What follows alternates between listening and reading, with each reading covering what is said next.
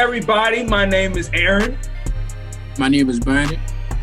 And this is episode 9 of the Lunch Table Podcast. Now today, we have another guest. We have a special guest. I've known this guy since high school. He is a Boston Celtics fan. He goes to Towson University right now. Our dear friend, Brian Butler. What is good, Brian? What's up, y'all? Good. Thanks for having me, man. I'm excited, man. Now, this should be no introduction. We already know what we came here for, man. I got the Laker hat on. What was it, Tuesday night? We saw that abysmal performance. We saw that debacle. We saw that just absolute embarrassment by the Los Angeles Clippers. It was just a travesty, and I'm not gonna lie, I loved it. As a matter of fact, I got a few things I'm gonna show you guys. I got something in the bag right now. I got something for a special occasion. Got some glasses. You feel me? Got the glasses. Hold up. Gotta take the hat off. You got Laker? No, got the glasses. You feel me? You feel me? We got the glasses. You feel me?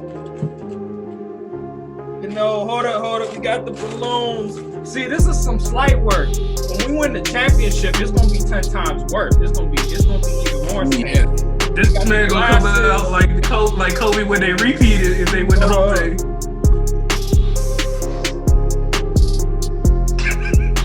We about to have a party today. You feel me?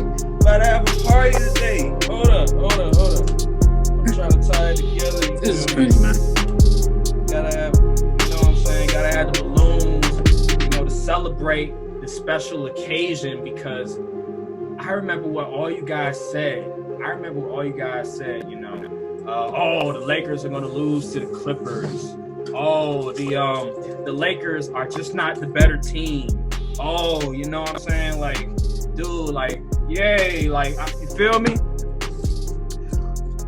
I remember what all you haters said. I remember all you naysayers said about the Lakers. They can never beat the Clippers. The Clippers are the better team. The Clippers are unstoppable. They're invincible. The Clippers have dogs on the team. They have Rough Riders on the team. Kawhi Leonard, the best player in the world. He's a closer.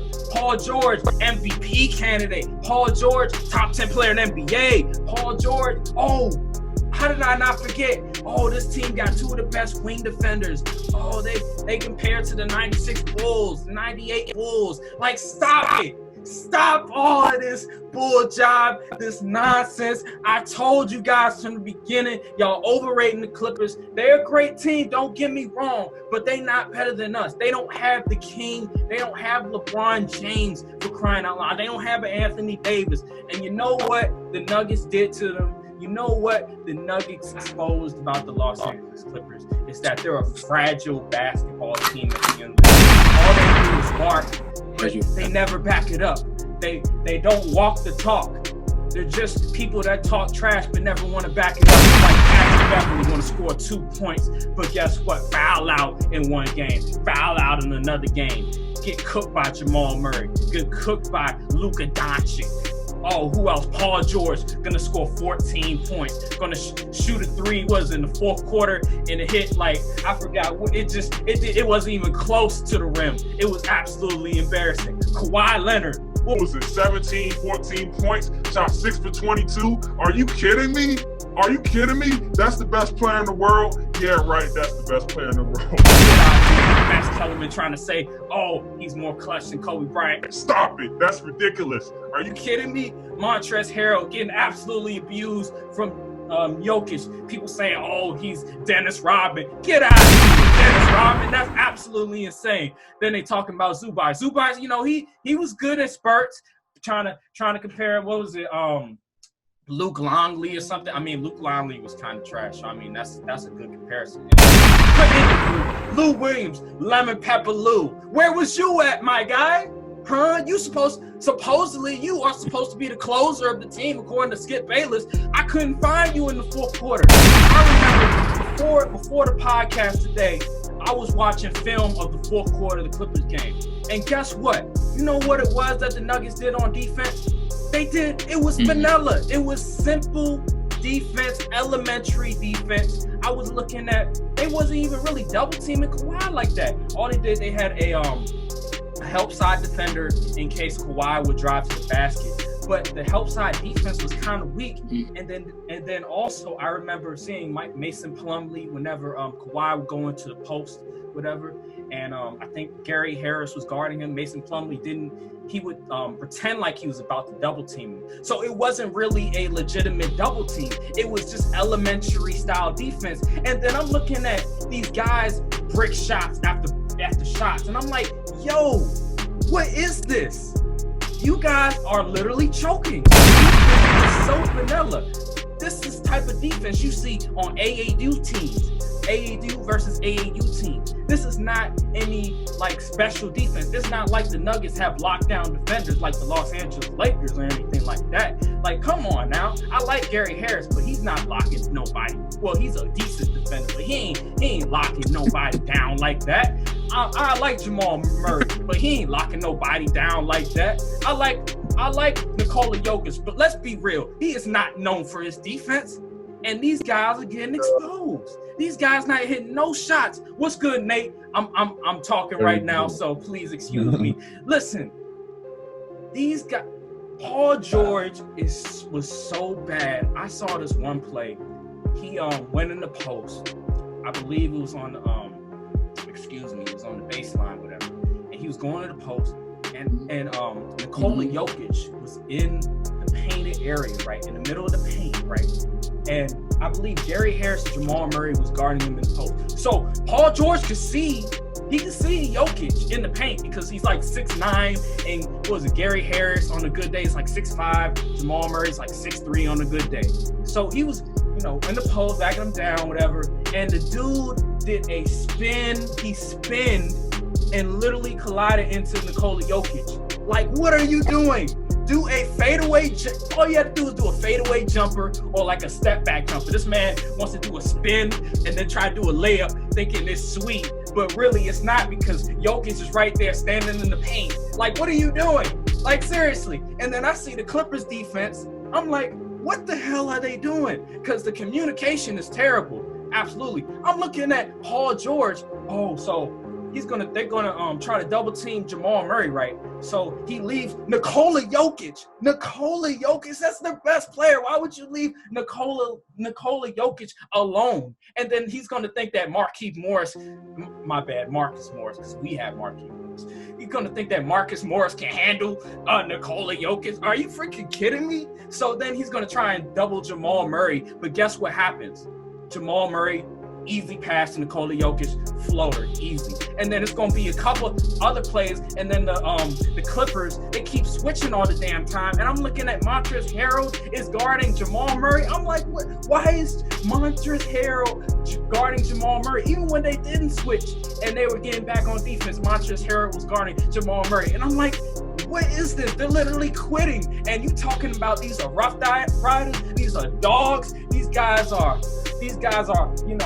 about the playoffs. They taking the playoffs seriously. That's why they low managed during the season. Are you freaking kidding me? Like, this is the team you guys thought was going to win the championship? While the Lakers are over here, we grinding, we doing it the right way. We not saying nothing. We not talking, we not barking. We not like Patrick Beverly that tells Stephen Curry, hey, your run is over. The next 5 years is off. We not out here doing that. We're out here handling our business, winning 50-plus games. LeBron James in his 17th season is still dominating the game, still number one in the NBA. Anthony Davis was robbed Defensive Player of the Year, in my opinion, actually, and he's still being Anthony Davis like usual. You mean the Lakers?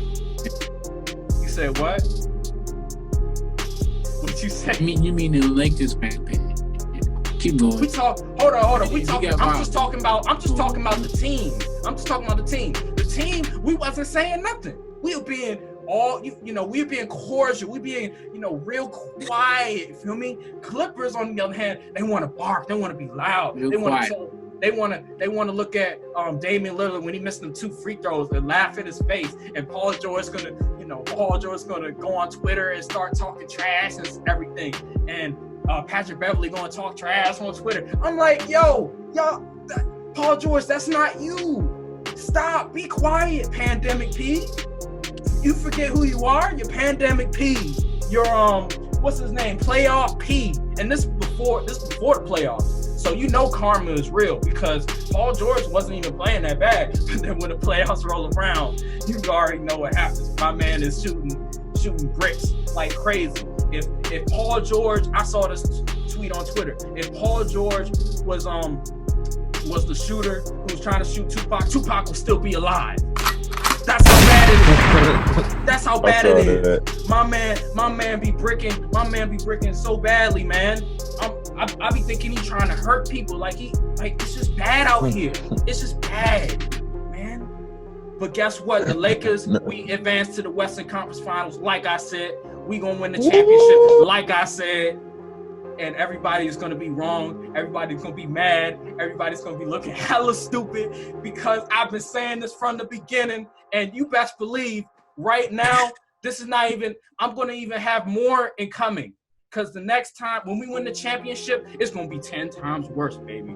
This is just a small sample size. This is just something, you know, a little taste of what's to come when we win the championship. And I already told the basketball guys that, listen, forgive me for what I'm about to do because I'm only going to do this twice ever because after that, I'm not going to be going super insane anymore because I'm going to be used to winning and stuff because we haven't won so long and all these freaking years where I heard people at school, people at lunch, people trying to tell me the Lakers are trash. I remember wearing a Laker hat and people were like, you a Laker fan? They trash. I remember those years. I remember those hard times. Y'all don't know about them hard times. Nobody cares about the Wizards. Nobody cares about these trash teams like the Phoenix Suns. Nobody cares about telling me teams. LeBron ain't about this, LeBron ain't about that. Shut the fuck up. Y'all ain't in with that nigga. Yeah, man. Same energy. What we're gonna get is basically you in a messed up in a plastic clown making a 40-minute monologue. That's what's gonna happen. That's what it sounds like. It's gonna be that plus the talk about how you were bullied for wearing the Lakers hat when you were only 5 years. Terrible. Hold up. First of all, Brady, it's gonna be that, and he gonna have a Kobe jacket on. You talked for 10 minutes, Aaron. You talked for 10 minutes. You had him out for 10 minutes. You talking about some Lakers were like, when was last? What? I thought this was AA Sports the way you were ran. That man talking. Bro, this man best Stephen A. Smith should just do the whole monologue right there, bro. He gonna do a monologue. Did you write that? I ain't writing nothing down. That was from the heart. I don't need to write You nothing did some down. jumping jacks for that. That man been trying 2 years. What public speaking class did you take? Because I need it. Aaron been playing this since LeBronzo. Listen, I'm like Jay-Z when it comes to this type of stuff. You know, I don't need to write stuff down. I can freestyle on the fly. You know, that's I'm just natural at it. I'm just great when it comes to this type of stuff.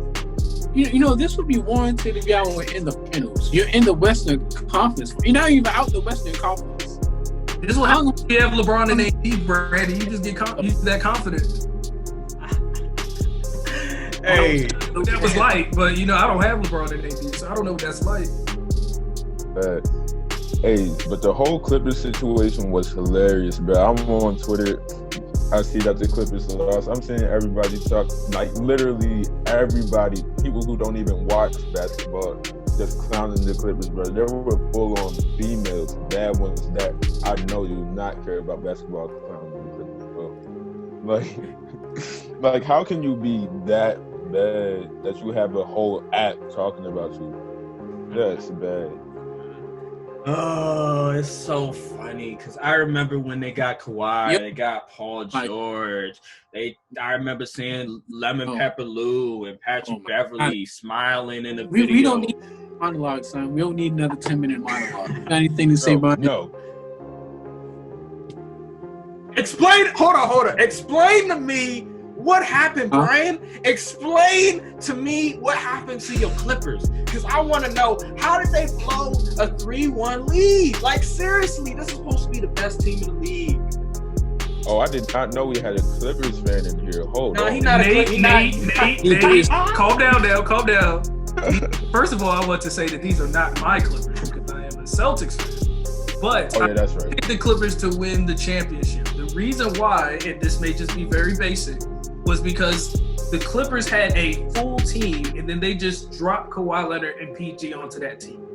Meanwhile, after trading AD, it didn't seem like the Lakers had enough pieces this year, even with grabbing Danny Green and getting a few role players. It didn't seem like their bench was going to be strong enough if they had to go up against the Clippers. So that's why I had the Clippers winning.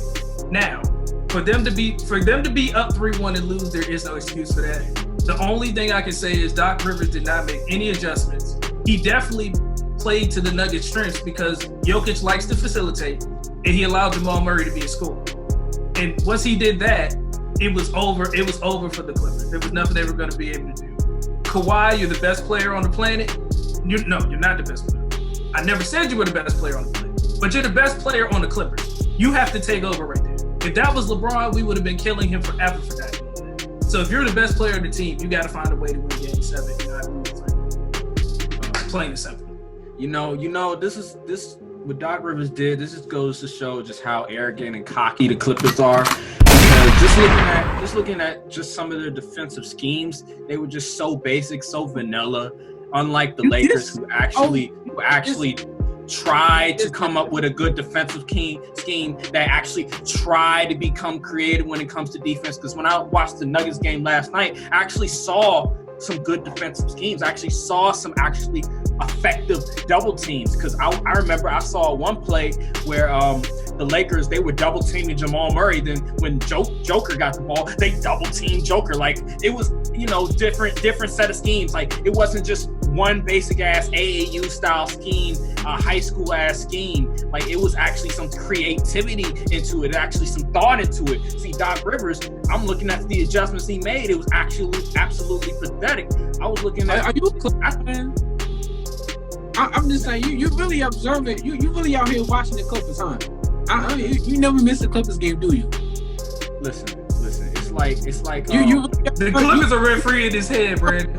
You really out here studying the Clippers, huh? Remember when I was a Washington, the football team fan, and I used to watch. Obviously, when you're a Washington, the football team fan, I never anybody hate on another team, but watch them watch every game they play.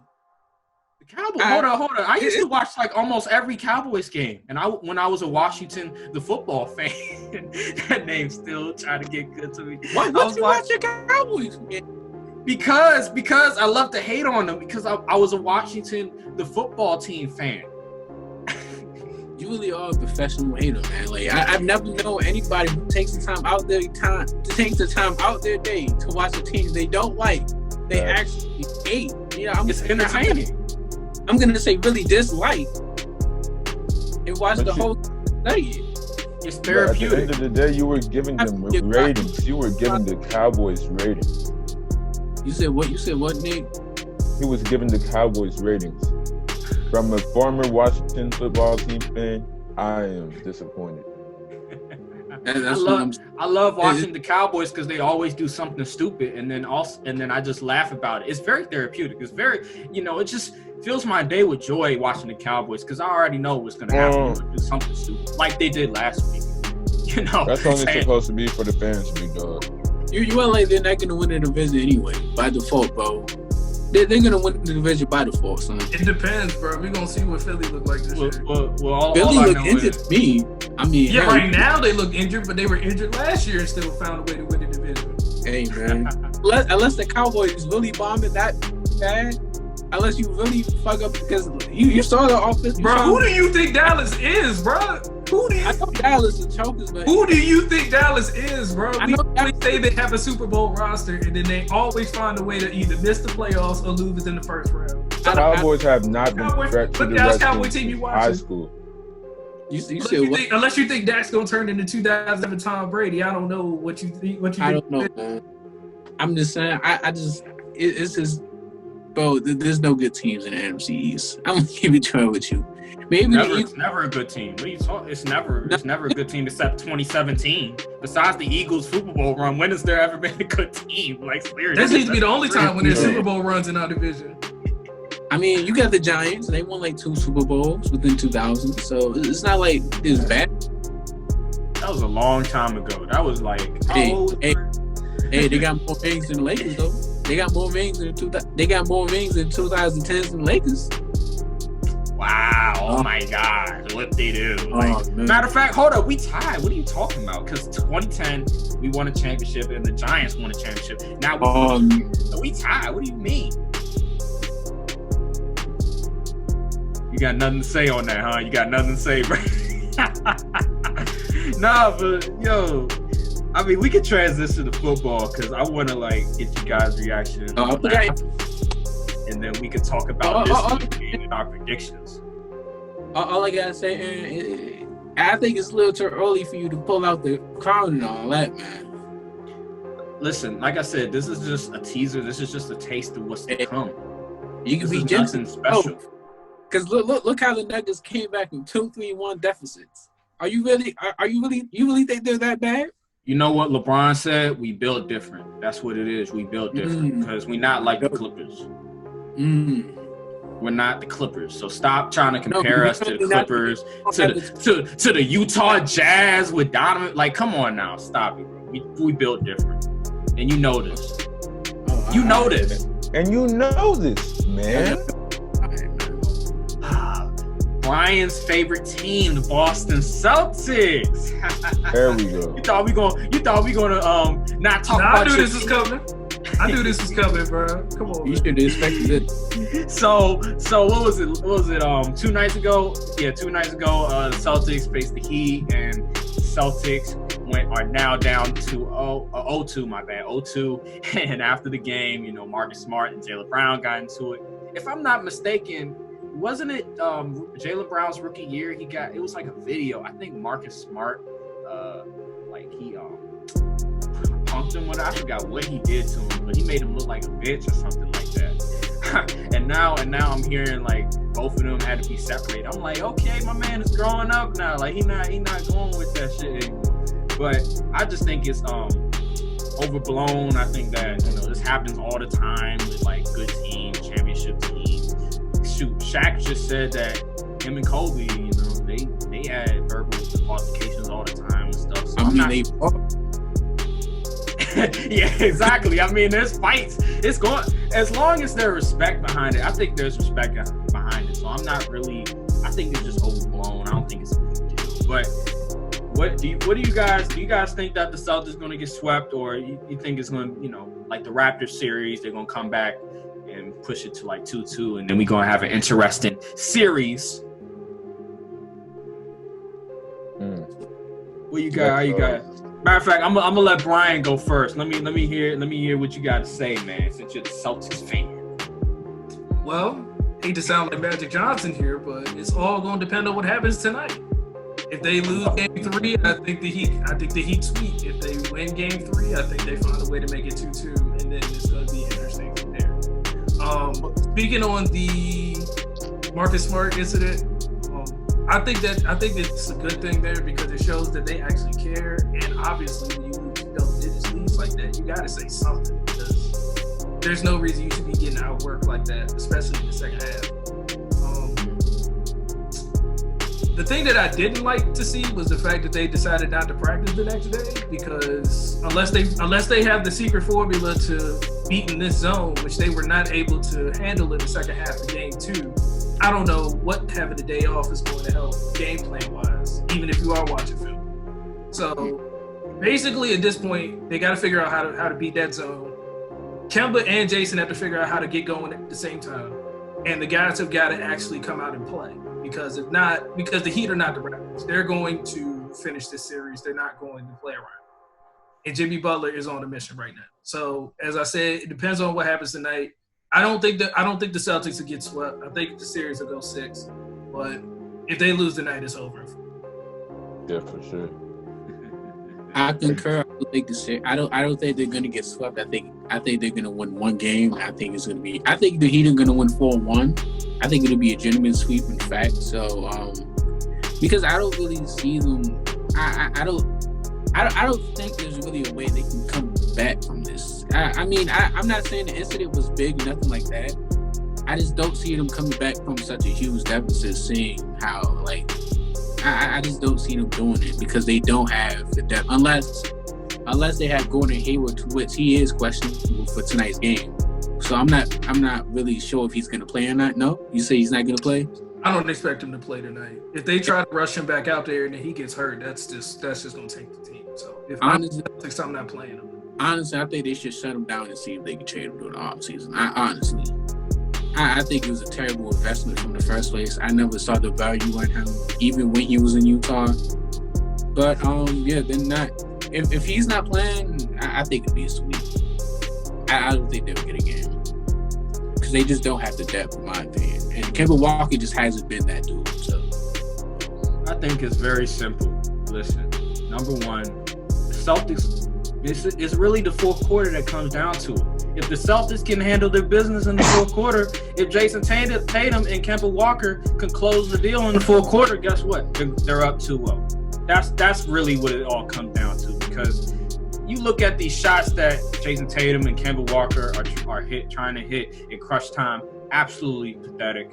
Brad Stevens needs to do a better job of drawing up offensive plays for them.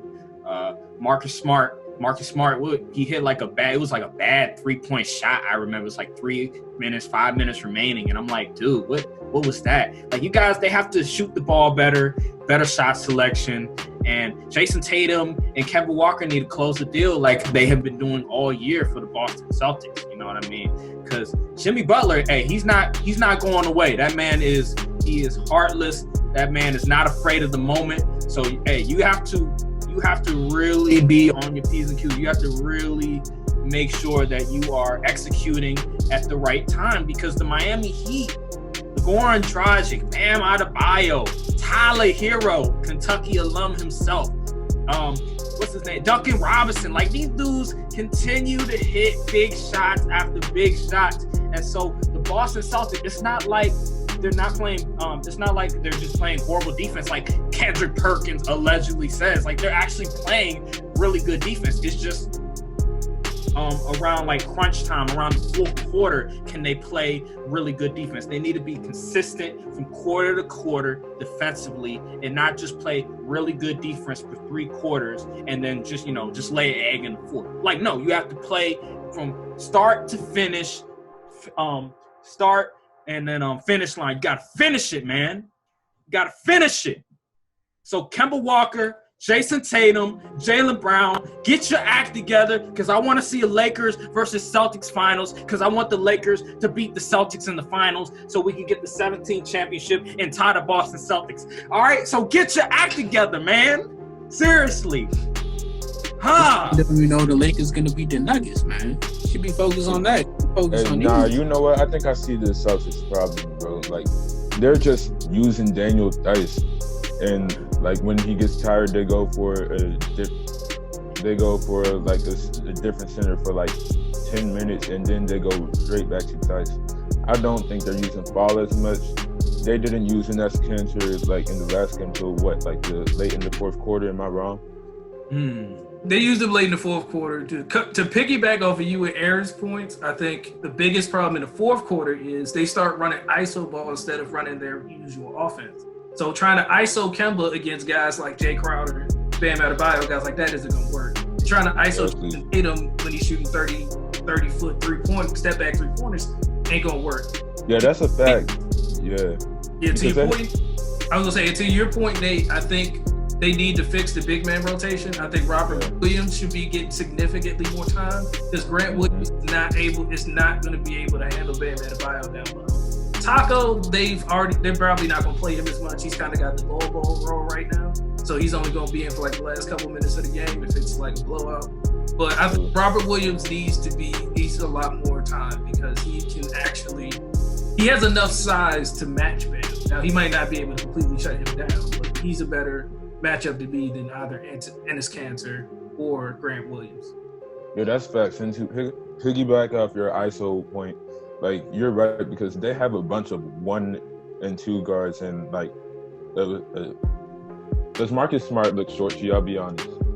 He's like 6'4", 6'5". Yeah, he's about 6'4", 6'5". That's not bad for a guard. He only looks. Okay. I think he only looks small because he's usually on like Jimmy or like Jimmy or Tyler Hero, and they're like 6'5", 6'6". Oh, well, basically he isn't playing any defense. Kimba not playing no defense. All these point guards, they are not playing defense. They literally have 3 point guards in rotation with a center and Marcus Smart. I'm not even going to call him the power forward. I'm just going to say Marcus Smart. I'll say this: it really comes down to the fourth quarter, and then you can't blow. What was it, a 20-point lead, like 23-point lead in the third quarter or something like that? You can't blow that lead. Like, you have to make sure that you keep going on and on. You can't just keep blowing leads like that, because you're giving the Miami Heat more confidence every game. Just keep doing the same thing. Like, you have to, quarter for quarter, you have to continue consistently giving off the intensity, you feel me? Like that defensive intensity. But yeah, man, Boston Celtics, y'all need to step up, man. Kemba Walker cannot be getting your shot blocked by Bam Adebayo on isolation. You cannot let that happen. You need to be cooking Bam Adebayo. He's a big man. You're what are you, 5'11"? I remember seeing you in person one time. You might be, I don't know if you're 5'11", I don't know if you're 6 feet. You're kind of small, like you only have me by, a few inches. But anywho, you have the speed, you have the agility, you have the handles, you have the finishing package. You need to cook Bam Adebayo. I like Bam Adebayo, but he is not. Listen, you're one of the best point guards in the NBA. You're an all-star. You're an all-star starter. You're an all-NBA player. You average 20 a game. You average 26 with Charlotte last year.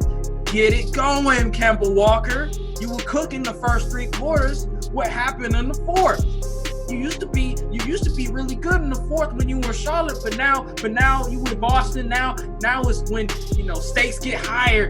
When we trying to win the championship, you wanna fold? Really? You wanna fold under pressure? Nah. Jason Tatum, he a young bred. He like 21, 22, so he still got time to mature. You like 27, 28, bruh. You know what I'm saying? You only got a few more years in the tank since you're like 5'11", 6 feet tall. So get it together, because if you don't, y'all are going to get swept. Fact. And that's that. If I was holding the mic, I would have dropped it right now.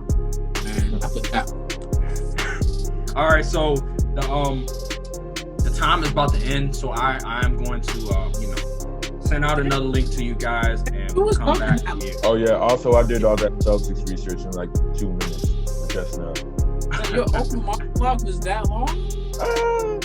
Hey, I had a lot to get off my chest. Like, you feel me?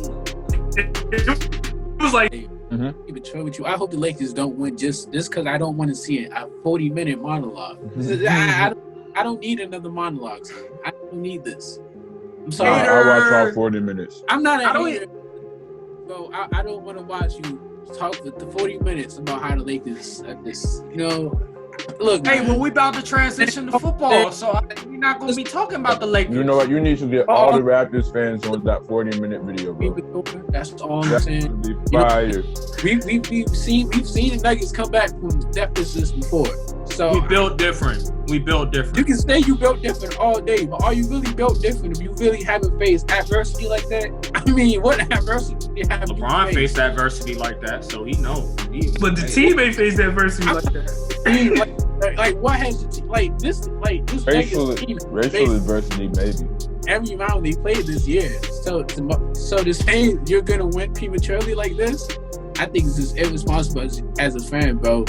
Like, I think y'all are funny. The finals, okay. If they make the finals, y'all winning the finals. Okay, I don't see you guys. I don't see the Heat really beating you. I think the Heat can try, but I don't see him. I definitely don't see the Celtics. All I'm saying is wait till the finals, because this is. I think you jinx yourself, bro. Unless they decide to make like Taco Fall the power forward or something. Already.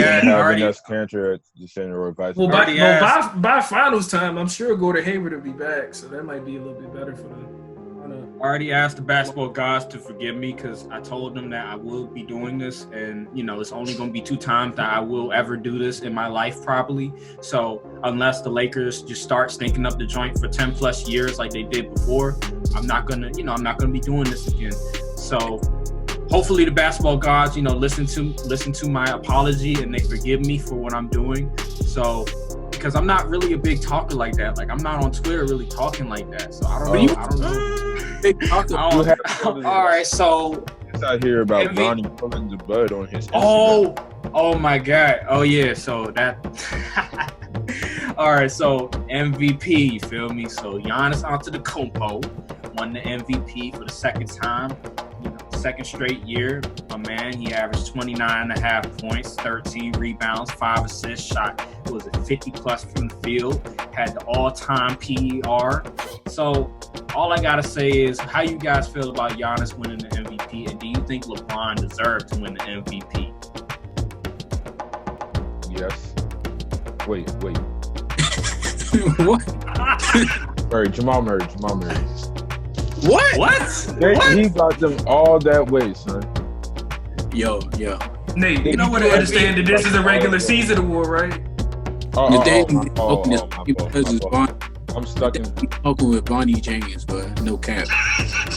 What? I'm stuck in playoff. He be smoking vultures with Bonnie. Anyway, like I was about to say, I was actually surprised he won. I really hate the fact that they wait for so long for MVP. I wish they have it right after the season ends. I think if you're gonna have it like after if you're gonna wait this long, you might as well add postseason into it. That's what I wish they would do. I really thought LeBron was gonna win it because he has the narrative, and it's been proven throughout years that a good narrative can win you the MVP. Because there's been numerous MVP winners who won just off of narrative. And Giannis has a narrative too, and it's called being, the third player to win Defensive Player of the Year and MVP in the same season. You know how these voters are. They want these guys, certain guys to succeed. They want certain guys to get their time to shine. And right now, it's the Giannis Antetokounmpo time to shine, like it was with Stephen Curry, like it was, unfortunately, with Steve Nash. I don't even know why they gave him his time to shine. I don't know why it was exactly. But yeah, it's just certain players get their time to shine, and Giannis is time to shine. And he had one of the best seasons of all time. So of course you got to give Giannis. Don't get me wrong, but yeah, he can wait. How old is he? Like 25? He's like what, 24, 25, around that age. He's 25. Somewhere around there. He can wait. What? But this is the thing. I don't think it's about having a time to shine or being a narrative or anything. Like, let's realize 3 things. He had the best overall record of everybody. He had numbers comparable to Shaq. This man was putting up 29 and 13. Let's think about that. And then number three, in addition to doing that, he also was Defensive Player of the Year. But we have to remember that LeBron also has Anthony Davis. And that's what hurts. That's what hurt Steph Curry and KD when they played together. That's why my thought would be, you reward the guy that had less help and was still able to have the better record while putting up comparable numbers to the other MVP candidate, because the other guy had another top 5 player with him, and that's what hurt LeBron, even though he had the great narrative to go along with this candidacy. I mean, LeBron had numbers also. I mean, he damn near had a triple-double, 25, 10, and 7. You can't ignore that. Also, I just said they had comparable stats. He has, Giannis' stats is great. Okay.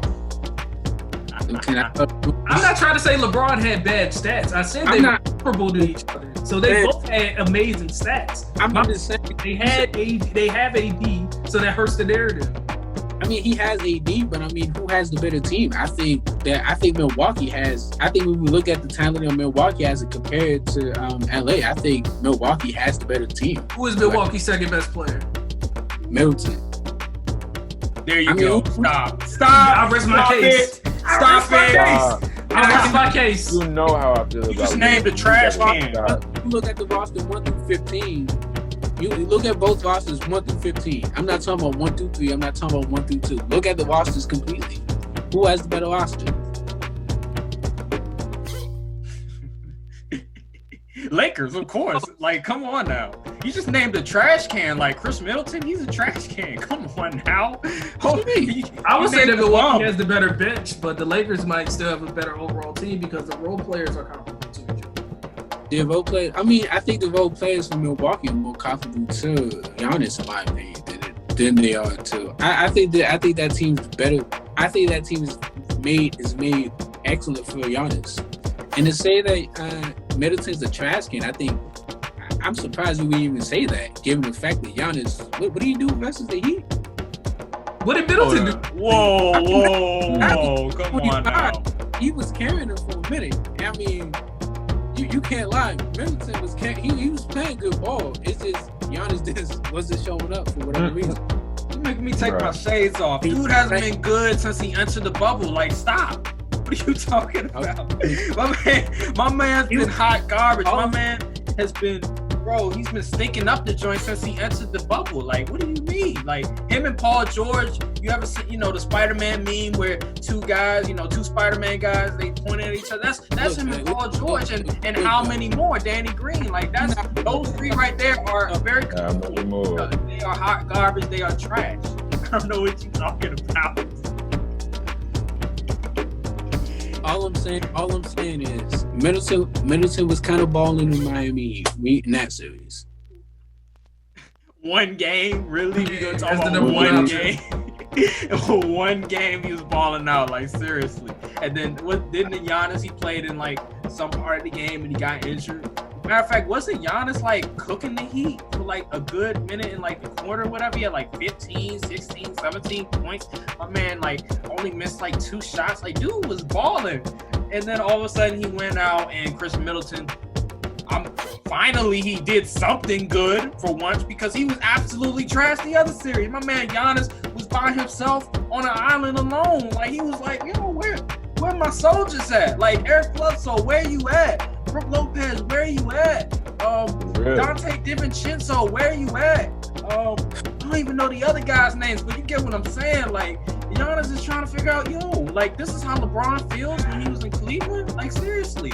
When I had Mo Williams made one All-Star team, and now people saying, Mo Williams is really good. Same with Chris Middleton. He made an All-Star team. That man is really good. He averaged 20 points, so that means he's a star player. No, that doesn't mean he's really good. That just means he had a good regular season. When he went to the bubble, it was different story. Please stop. Giannis deserved the MVP. He had one of the all-time regular seasons.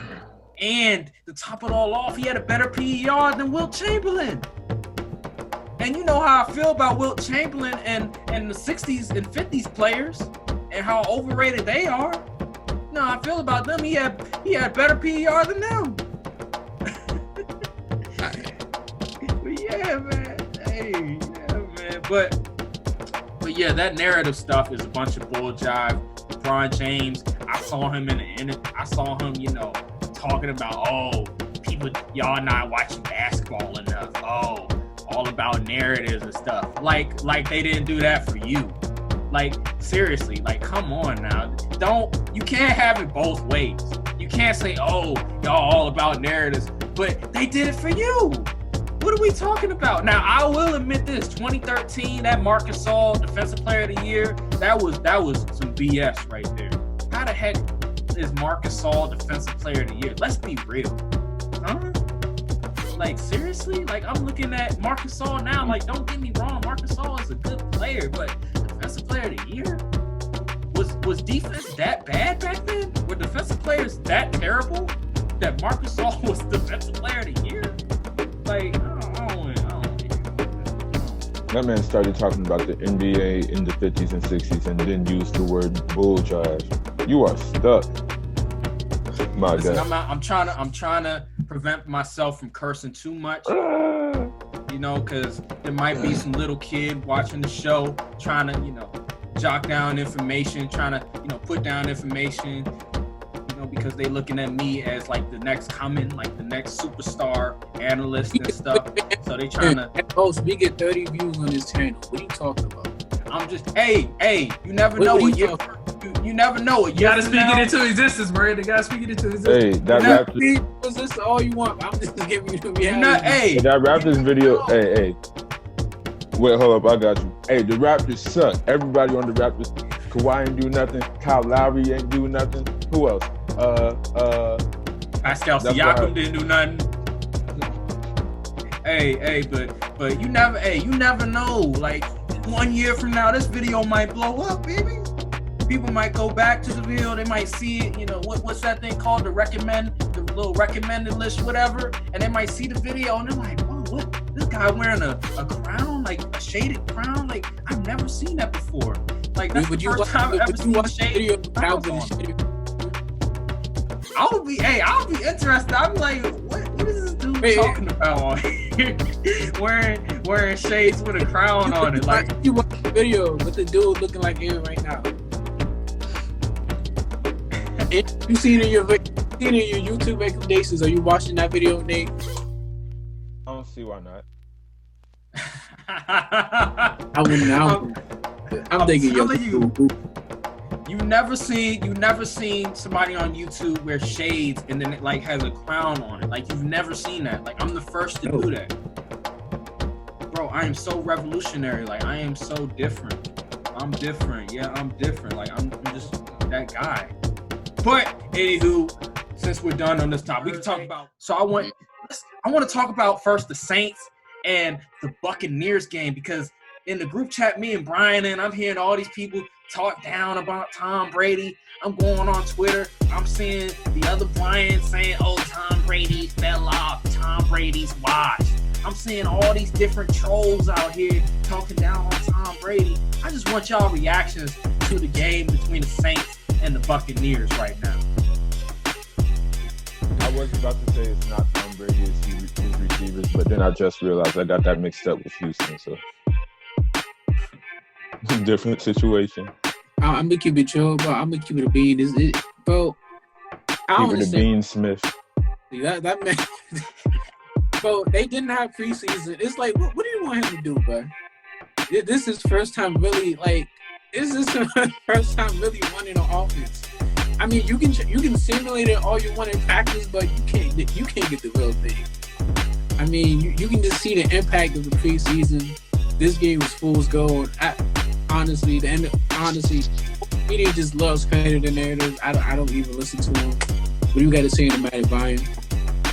I think obviously it's the first game. You gotta calm down a little bit. Everybody's on their Max Kellerman trying to say that he's falling off the cliff now. I will say I don't think his arm velocity is where it was when he was, a couple years younger. So you can't be having him throw out routes to the other hash and expect the corner not to jump it. I think Bruce Arians is going to have to switch up his game plan a little bit. They're going to have to start going to some more quick. I know that's not usually how he plays it, but they might have to go to some more quick routes, quick passes, and then take a couple shots during the game. Because this isn't like Jameis Winston where you can just kind of like risk it all, and hopefully risk reward outweighs it. So I think Tom Brady was on my fault. I mean, I think it'll be fine. We have they'll go back. They'll probably just start doing like Cleveland, try to run the ball a little bit, run play action, try to beat people up the seams with the two tight ends, and then try to get Godwin and Evans outside. So I'd say, just pump the brakes a little bit. They did play a Super Bowl contender in the Saints, who I do believe will at least probably make the NFC Championship if Drew Brees is able to, play well. So it's a first game, and that's all I had to say about that. Hey, Tom Brady definitely took some shots before that game, if you know what I mean. Yeah. The whole risk it, no biscuit mentality needs to stop. I think Tom Brady's arm is still because this is like this thing is called risk it, no biscuit. Like you gotta take chances. You gotta like Jameis Winston. You just gotta throw the ball down the field and hope that the receiver catches the ball, the 50-50 ball, whatever. And even if it's not the best player in the world, hey, risk it, no biscuit. But I don't know. I've heard risk it for the biscuit. that's what a lot of analysts been saying. I think it's a corny line, but hey, that's what they've been saying. It really stuck in the 1950s, Nate. You was right. It really stuck in the 1950s. Hey, but I'll say this though. I think Tom Brady is still good. Like I saw this one throw that he made. It was this receiver. It was on by the sideline. I think it was like a good 20-yard throw, and the receiver he had to make like a one-handed catch, and I think it was like a pass interference, whatever. But I thought that was a really good throw. Like that was hard to throw, and like the way he threw it, like that joint went hella high in the air and stuff. I'm like, what is he doing? And then all of a sudden it got to the receiver and he caught it one-handed, and it was just on the money. I was like, Tom Brady still, he's still good.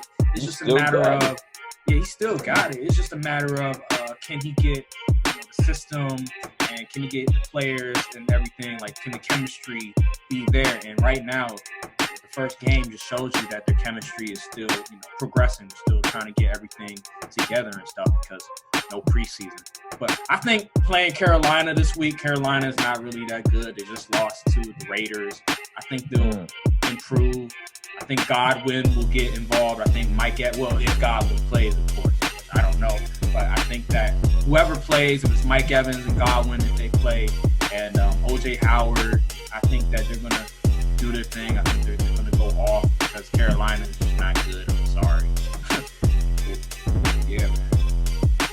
You guys have any final word? Oh, yeah. The Packers. You know this is coming. You knew this was coming. This will be his Packers. So, Aaron Rodgers. Okay. Aaron Rodgers. His twin. Showed you guys that my man hasn't fallen off, that he's still that guy. All these people saying that, especially noticeably the guy by the name of Jalen, saying that Aaron Rodgers is falling off, that Aaron Rodgers is not that guy anymore, that he's not top 10 quarterback. He just showed you that he still is that guy, like throwing, 360 and 4 tubs. Are you kidding me? And to top it all off, he scored 40-plus points against the Minnesota Vikings that many people in the past predicted would want to go to the Super Bowl. And I told you guys that Kirk Cousins wasn't that guy. Like, that team right there. Like, seriously. He did that to that team on the road. So, I just want to know you guys' reaction to that game. Because Minnesota made the playoffs last year. That man Aaron is going to be...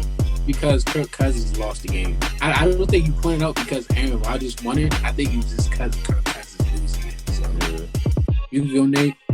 Aaron is about to be like how he was like Jay Garage. He about to be like Aaron Garages. I don't need to say that because he's always been great. I don't need to come up with nicknames. All I gotta call him is Aaron Rodgers. I don't need calling on nicknames, man. Why I need calling him nicknames? You see how loyal he is to that, Nate? He's so loyal, bro. He's so loyal to that man. He respected his given name at birth. Oh my That's God. crazy to me. Is it that serious, Aaron? Is it that serious? Like you love him that much? I mean, his first name is beautiful. Like that first name, like that's just a great name. I told y'all. That's just a great name right there. Like seriously. And then he has a running back with the same first name also. Like it's just God's plan. Like seriously, that's what it really is. All right. Anyway, Ron. Yeah, I'm happy for Aaron Rodgers because they were talking down on him for like the past season. So it's nice to see him like doing good and certifying himself as like a solid quarterback, even though he's already done that. But he's like getting back up there. I mean, I think Aaron Rodgers showed that he's still a good quarterback and everything. So, I mean, but I don't know if we really needed to question that. I feel like it was a little bit too much, hoopla in the offseason, people trying to talk out on Aaron Rodgers. He did what he had to do. For this it's the first game without a preseason. So I'm not completely sure if Minnesota's defense is going to be this bad or if they're going to be better. But I would say that unlike most sports pundits, I would have the Packers winning the division if the defense improves just a little bit and Aaron Rodgers continues to show what he showed us. Yeah, because I remember I was watching Get Up, and I think Ryan Clark and I forgot this other female reporter, whatever. It's like, yeah, the Vikings are gonna win the division and blah blah blah blah blah. I'm like, really? You're betting on Kirk Cousins? Like, really? Seriously? Tell that woman Kirk Cousins married man. I swear, bro. Like, that's really what it comes down to. Like, let's be real about this. Kirk Cousins is not a leader. Kirk Cousins made the Vikings worse. And the Vikings lost Stephon. All right, I'm going to be objective. The Vikings lost Stephon Diggs. They lost some defensive personnel as well. And if I'm not mistaken, didn't Kevin Stefanski, who's the Browns coach right now, didn't he come from Minnesota? He was the offensive coordinator, if I'm not mistaken. Am I correct, Brian? Yeah, you're correct. So they lost the offensive coordinator, who actually did a pretty good job last year, if I'm not mistaken. And you lost some defensive pieces. And you lost your second best wide receiver in Stephon Diggs. I mean, why would you pick them to win the division? Like, seriously, when Kirk Cousins, he's not that kind of guy that can carry your team like a Russell Wilson, like a Aaron Rodgers in the past, like Patrick Mahomes, or even a Big Ben and sometimes, you know, or I can't name any other, but you get what I'm saying. Like, he's not a Cam Newton, like you can't, or a Tom Brady, like he's not one of those guys. So when you lose substantial pieces like that and a really good offensive coordinator, it's not going to be good for Kirk Cousins. Honestly, I think you just once again, I think you chose this topic just to talk about Kirk Cousins. I don't even think you like Aaron Rodgers. I just think if this wasn't the Vikings, if this was the Bears, I'd still talk about it. Bro, I think he was gonna watch this game regardless of Aaron Rodgers is playing. you have a weird way of showing how much you just love players. Like I've never met anyone who just watches the game and root against the player. Like this is brand new to me. Like, is it that serious? So wait a minute. I'm trying to think because wait, that's right. You're a Bulls fan. You were an Eagles fan. Then you went to the Saints. So everybody seems to be hopping off the Eagles. You don't really have no like. He decided to go back to his roots with the Saints decision.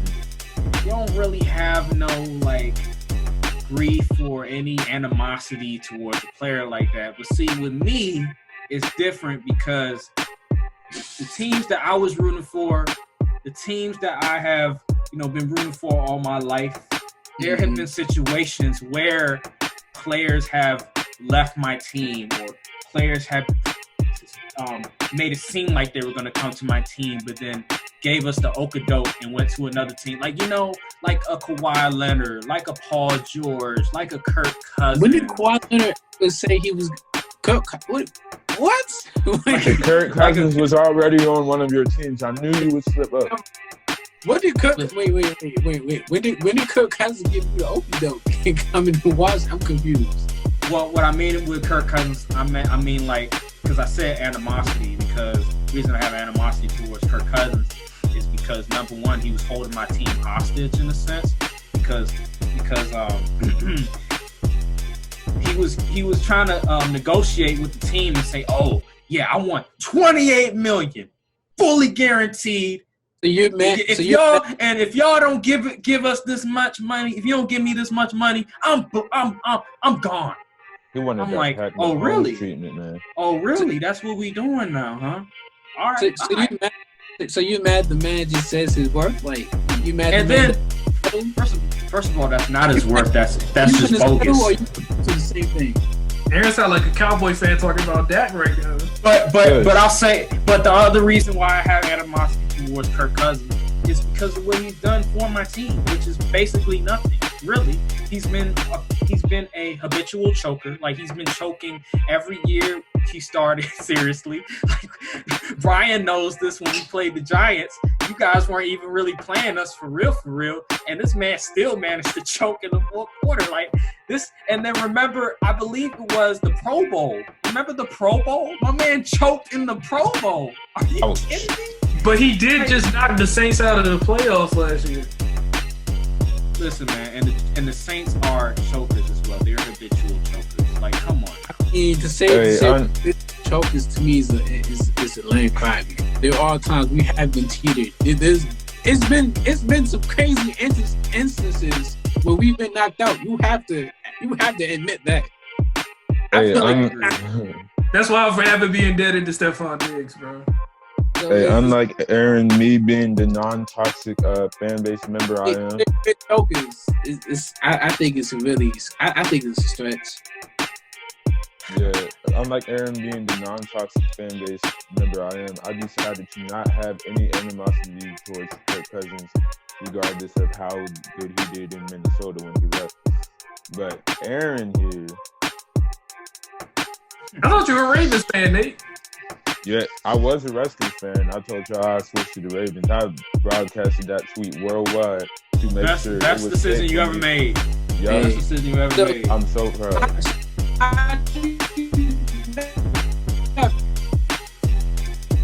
My bad, Bernie. You just sounded like a synthesizer right now. Did you repeat that? How do you have animosity towards Paul George and Kawhi Leonard? What did they do to them? They haven't done anything. We talking about football right now. Why you bringing up Paul George and Kawhi Leonard? We talking about animosity right now. We talking about Kirk Cousins. And Kirk Cousins. I just brought up examples. I'm just bringing up examples. I'm still talking about football. I'm talking about Kirk Cousins. I'm just saying, like, I don't understand how you have animosity for people you've never met. Like, it's a friendly animosity. It's not like real beef or anything. Oh, now you're saying that because if you see them like 200+ pound people in real life, you gonna. If I saw them in real life, I'd be like, listen, y'all choked. Y'all choked. They're gonna choke you. Yeah, I don't want. Why would I want an autograph? Why would I want an autograph? Why would I want an autograph on your neck? Favorite player, bro. You just talk about this man for 10 minutes. You made a rant talk about another. About to Undertaker this man. Listen, we're talking about football. Excuse me, we're talking about football. We're not talking about the Clippers right now. I'm done talking about the Clippers. I already talked for like 40 minutes, right? So listen, I want to talk about the Ravens' big trust and the Cleveland Browns.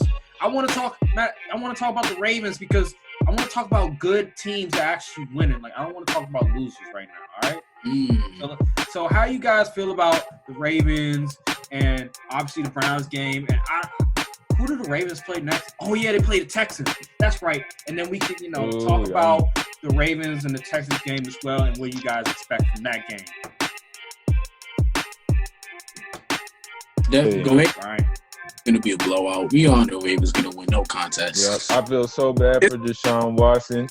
I just wanna leave. Watson actually in the 80s and not in the 30s and 70s, man. This man, oh my God, he really wasting his life away in Houston, man. It's a sad sight. It's a sad sight to see. But I was really impressed by Lamar Jackson. I was impressed that he didn't like use his legs and run as much in that game to take over, and that he was catching the ball. Yeah, me too. I like how that proves that he doesn't need to scramble to win a game. Yeah, because I just hate when they do that, when they label that with quarterbacks.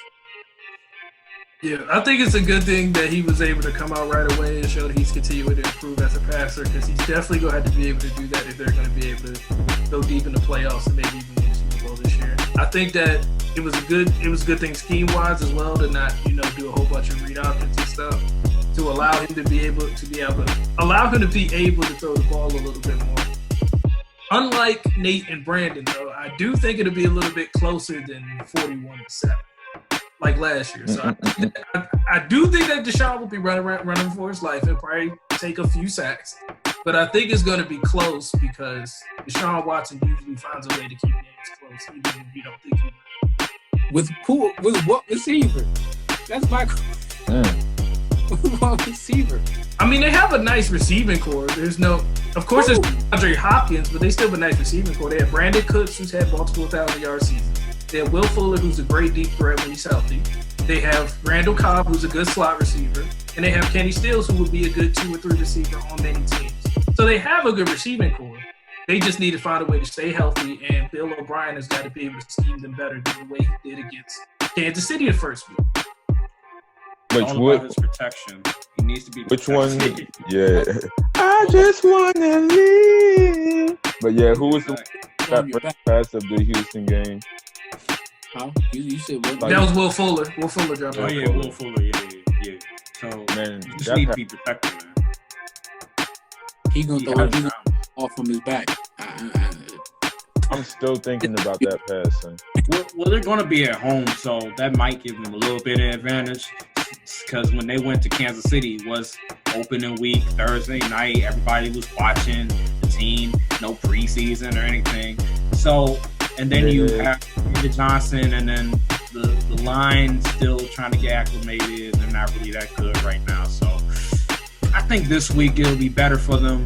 You know, different styles make different fights. Maybe the Texans might play better against Baltimore because they don't have to worry about a Tyreek Hill. They don't have to worry about a Sammy Watkins or a Travis Kelce, even though Mark Andrews is arguably a top 5 tight end, but he's not on Travis Kelce's level.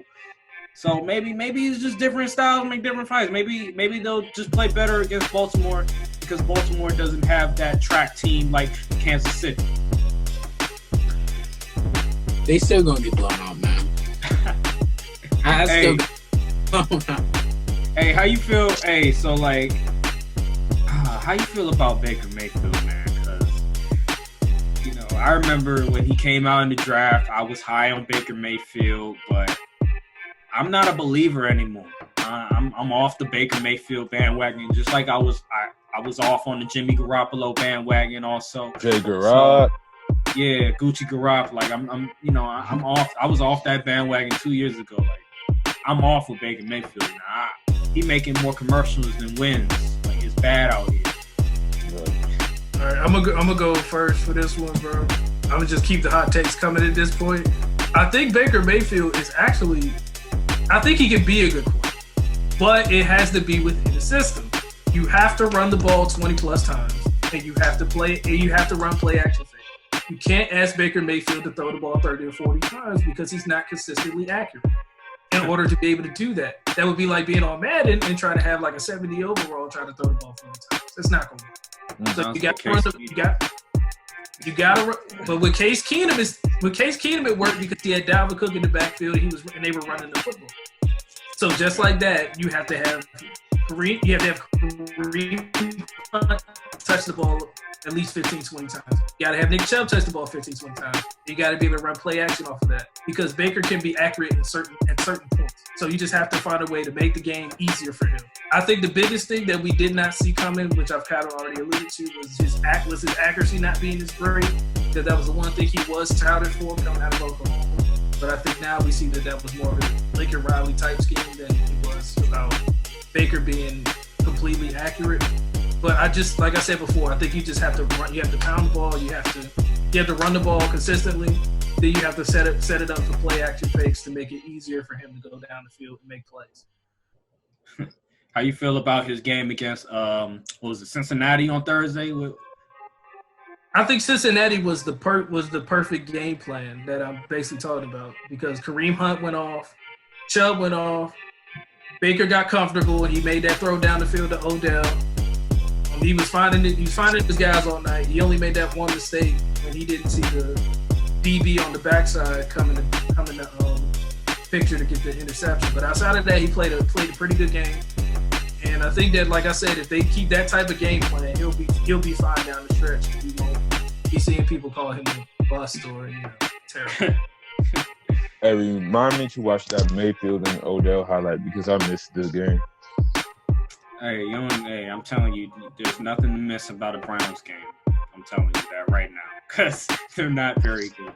They played arguably the worst team in the NFL. Joe Burrow, he's nice, man. Like, dude had 350 yards, 3 touchdowns on a bad team. Dude is Mexican.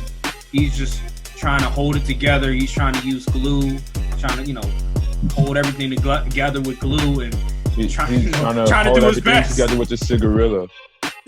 Yeah, exactly. And it's literally trying to carry the team, but he's a rookie quarterback, and it's just going to be a bad year for his team. But hey, he might just stand out. His team is bad, and I think Joe Burrow after this first game, I think Joe Burrow already better than Baker Mayfield. That's how bad Baker Mayfield has been. Brian, stop making that face. Joe Burrow had 350, 3 touchdowns. I don't even remember him throwing a pick. If he threw a pick, it was probably like one time. But Joe Burrow had an excellent game. I don't recall the last time Baker Mayfield had a game like that. And Joe Burrow that was his first game. Was it Thursday? No, actually second game. Excuse me. Thursday night, nationally televised. The dude balled out. Had all those expectations and balled out. I understand that Joe played well, but let's remember that this is Thursday Night Football, so you're not getting a great game plan from either defensive team. That's the first thing. Second of all, it's only his second game. Can we get him through the first season first? Because he might potentially hit a rookie wall. Now, I will say that Joe Burrow has been a lot more impressive than most rookie quarterbacks because he's come in, he's made decisions, he's made reads. He hasn't been fooled by coverages or blitzes or anything like that so far, so that's a good thing to see. But I want to pump the brakes because this is only his second game. So I'm just saying let's get him through the whole season before we crown him as better than Baker Mayfield. Justified. Hey, Brandon, how you feel about Baker Mayfield, man, before we get out of here for the second time? I don't know what to say.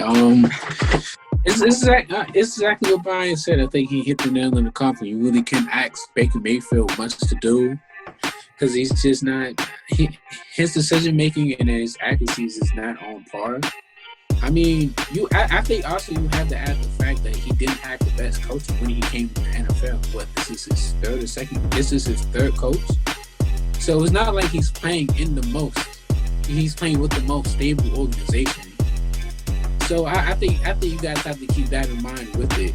Because I think Joe Burrow, at least he's going to have some stability with this team. I mean, I think he'll have more stability with the Bengals than Baker Mayfield has. And I think it's unfair to say that Joe Burrow is already better than Baker Mayfield just off of 2 games. When he had one game where he threw the ball for 60 times. It's not like he was like 34 for 60. So it's not like he threw the ball 40 times to get that number 60 times. And it just happened. So no, I mean before, because I'm gonna send you guys another link again because the time is about to come out. But I'm gonna just say this: when I watch Baker Mayfield, it just seems like he's not processing information fast enough. Like it's not coming fast enough to him. And we talked about it in the group chat, Brian. I forgot who mentioned it. But it just looks like everything is not coming to him naturally. Like when you watch a Peyton Manning, when you watch a Russell Wilson, when you watch guys like that, like you can tell like the information and processing is like it's just there. Like they got it like that. Baker Mayfield, it just doesn't seem like he got it like that. Like he's not that guy. He just seems like a bubble starter to a backup quarterback to me. Like honestly. And it's sad. I'm sad to say that because I was a fan of Baker Mayfield in Oklahoma, but that's just the reality of the situation. And all I got to say is I remember when people were talking bad about Lamar Jackson coming up. People saying, oh, he should be a receiver and stuff like that. But, hey, Lamar Jackson seemed like he processing information real fast. He was the last pick of the first round. Sure. So I just want to get that out the way. How y'all feel about the Cardinals? I think the Cardinals are definitely going to be competitive this year. I'm giving them at least 6 to 8 wins. That might be partially. I might be partially saying this because of how I feel about how being a certain Cardinals fan are, but Dang, so you got people with Cardinals fans, so you just hate the organization? No, I don't have a problem. I don't have a problem with them. That's what I'm saying. I haven't winning like 6-8 because they use. I've gotten more insight on them. I have to wait until they play the Washington football team, and let me see what they look like against them, and then I'll come back and give you guys my prediction on what their wins are going to be. Because if they lose to the Washington football team, 5 games, I'm gonna give them 5 wins. Can't you see the future with those glasses? I mean, I mean, if the Eagles lost to them, what do you think about the Eagles then? The Eagles are banged up right now. Carson Wentz, he's Mr. Inconsistent. I mean, the Eagles, for some reason, they just love not playing well in the beginning of the season, and they just turn up at the end of the season. So this is nothing new. And the difference between the Eagles and the Cardinals is that the Eagles play the NFC East. The Cardinals play the NFC West. That's why I don't have the Cardinals winning more than 6-8 games. Because I don't win more than 2-3 games in their home division. But I think Kyler's going to be productive. I think Hopkins is going to put up numbers, of course. I think the defense will look a little bit more improved with Isaiah Simmons being that main guy. That's Swiss Army knife.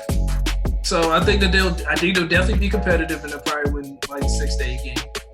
I think they'll probably find a way to get like 8-9. Let's make some predictions, because I have, the teams, whatever, every team facing each other and stuff. So let's make our NFL predictions for this Sunday.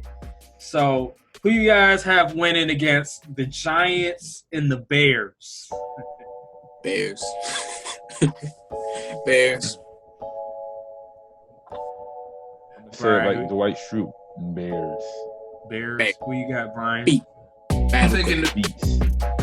I'm picking the Bears. I just don't. I don't trust the Giants defense enough. I think Mr. Trubisky can have another good week. So, man, that's crazy. Okay, what about the Falcons and the Cowboys?